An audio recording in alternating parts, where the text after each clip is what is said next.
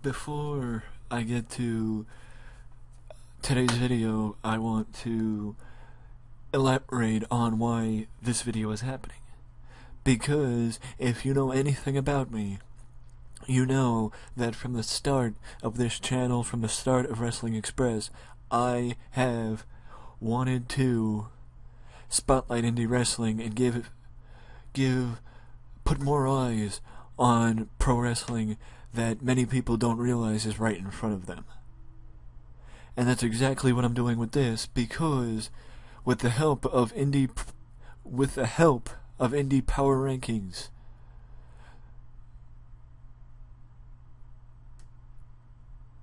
I will be going through every week and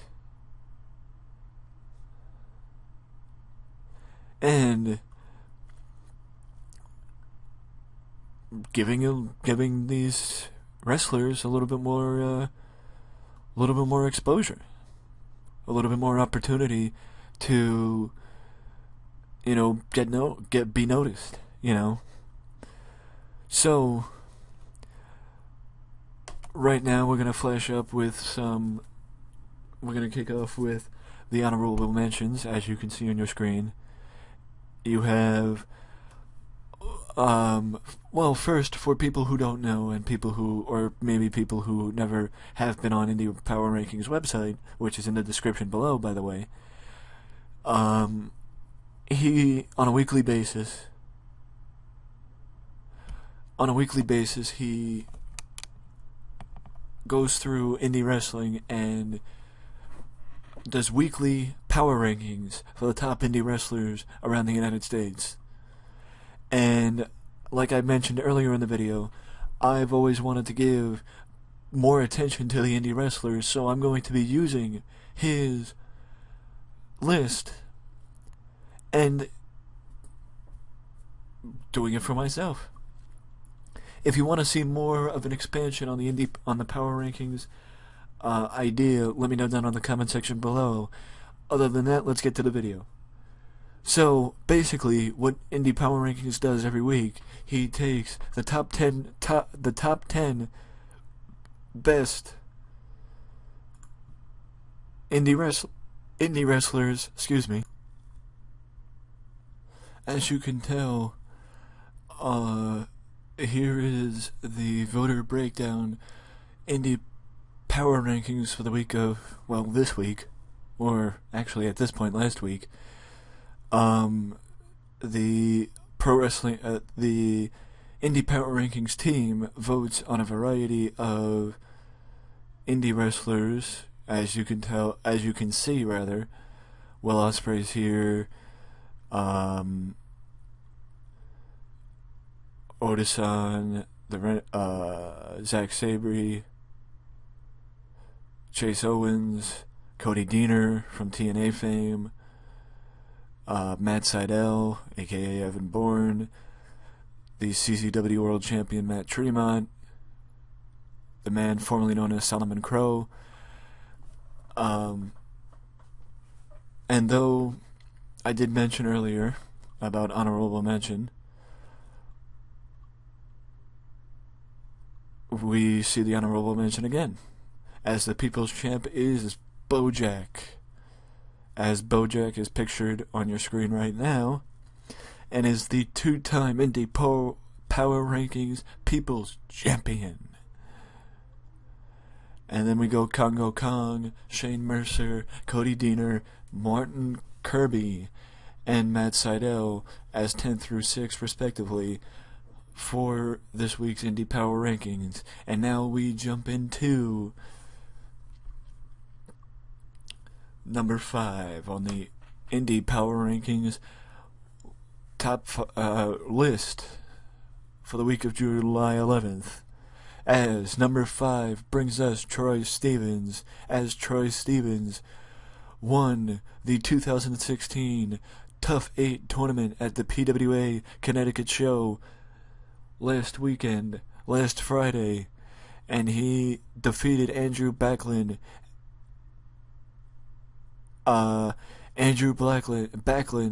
EA James, Happy Dickie Moon and Sean Carr in the finals to win the tournament. And also, he actually received 13 votes from the public to help him get on this week's list. So good on you, Troy Stevens, for having public support, I guess.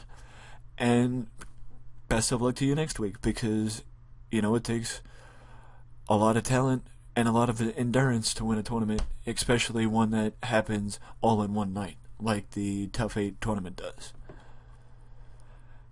Now we move to number 4, and that is Fred Yahai.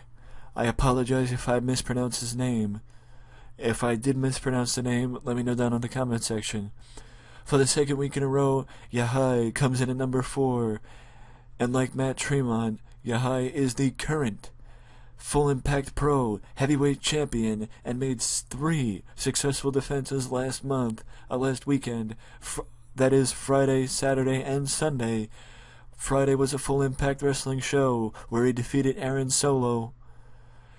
Saturday, it was American Combat Wrestling on July 9th against Nick Nero, and he actually retained the title in a triple threat match for Tier 1 Wrestling against Black Baron and Jonathan Gresham. So good on you, Fred Yahai. Not only did you make it on this list 2 weeks in a row at the same number, but you also defended your title 3 days in a row successfully for 3 different companies. So good on you, Fred Yahai, as your stock continues to rise and notoriety continues to grow. Now on to a man that I've actually had some conversations with, and that is the current reigning, defending, beaten CZW World Heavyweight Champion, Matt the Bulldozer Tremont. Tremont also, unlike Fred Yahai, Tremont is making his first appearance on this list at the number 3, but much like Yahai, he defended his CZW World title successfully over the course of 3 times over the course of 4 days, and that is, he defeated Alex Colon at a Rockstar Pro Wrestling event on Wednesday, July 6th, and then at a joint event for Freelance Wrestling and CZW on July 8th, which was last Friday, he defeated Isis Velasquez.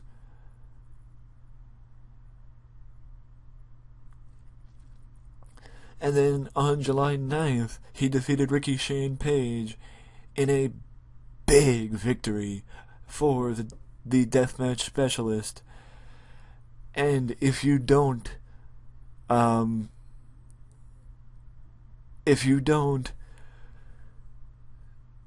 follow Matt on social media, you may not be aware, but for the last couple of months, Matt has been hinting at the idea of going on a tour of Japan, as Matt is one of the top deathmatch wrestlers in the United States and has been taunting Big Japan Pro Wrestling over in Japan to bring him to Japan and fight their best, because for the last 345 days, I believe, Matt Tremont has been the reigning, defending, undisputed CZW World Heavyweight Champion, and continues to dazzle the wrestling world by keeping this belt and telling Japan to bring it on. So if I had to wager a guess, this won't be the last time you see Matt Tremont on the Indy Power Rankings. So now we move forward to number 2, and that is number 2 on the Indy Power Rankings list. I think it's very possible that Mr. Callahan could be making his first appearance on the Indy Power Rankings list since returning to the Indies a few months back. But either way, with the weekend he had last weekend, it would be hard for me to say that he doesn't deserve to be here, as Callahan, yes, you may well, let me quote Indy Power. Excuse me, I apologize. Let me quote Indy Power Rankings. He's one of the front runners to be our mid-year #1 due to his consistent results. And also, last year at this time it was Drew Galloway being the box office hit in the United Kingdom, and now this year it's Sami Callihan, because even though his success thus far since returning to the Indies has been all in the United States, last weekend he conquered the United Kingdom by having 3 high-profile matches, one on Friday, one on Saturday, one on Sunday, and that is one against Trent Stevens at the Fight Club Pro Wrestling, and he won the Fight Club Pro Heavyweight Championship last Friday, defeating Trent Stevens. And then on Saturday, he had what could be called a match of the year, because Sami got in the ring for Southside Wrestling Entertainment against the international sensation Zack Sabre Jr. Yes, the same Zack Sabre Jr. who is a part of a part of the WWE's Cruiserweight Classic. Which, by the way, if you want to know, I will give my thoughts on the Cruiserweight Classic once the tournament is over, not before it or not after it. I mean, not until that point. So I just wanted to mention that. And then to cap off his amazing weekend on Sunday rather, July 10th, once again for Southside Wrestling, he defeated Tommy End. Yes, that Tommy End, one of the top stars in the UK, to retain his AAW Heavyweight Championship, which he won a few weeks after returning to the Indies, actually, from WWE. And though he had a huge weekend, he did not get the #1 spot. The #1 spot went to JJ Garrett, aka El Swago Loco. But before I go to El Swago Loco, I just want to mention Sami Callihan is proof that as long as you don't let a WWE release ruin your momentum or stop you from doing what you love to do, you can have success, and Callahan proves it. Because though you have some people who may have worked for WWE saying that Callahan got a big head, I say that things just didn't go Callahan's way, and sometimes you gotta know when to walk away. And Callahan now figured out when it was time to walk away. So now we move forward to the #1 spot, and that is the man pictured above, JJ Garrett, El Swago Loco, and also you can see half of his picture over here where my cursor is. El Swago Loco. Oh, you don't need to know this. I just realized that was still open. El Swago Loco. Well, once again, let me take a little thing from the website. Before this weekend, JJ Garrett had never held a title in his pro wrestling career. Now he has 2 of them. That's quite a feat. On Thursday, July 7th, he defeated David Starr in an impressive win. Yes, David Starr won half of Juicy Product.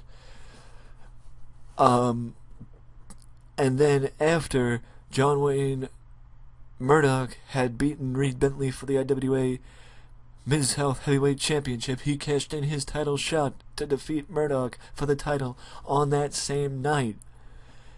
And then, if that wasn't enough, on Saturday, July 9th, he went to Underground Wrestling on a mission.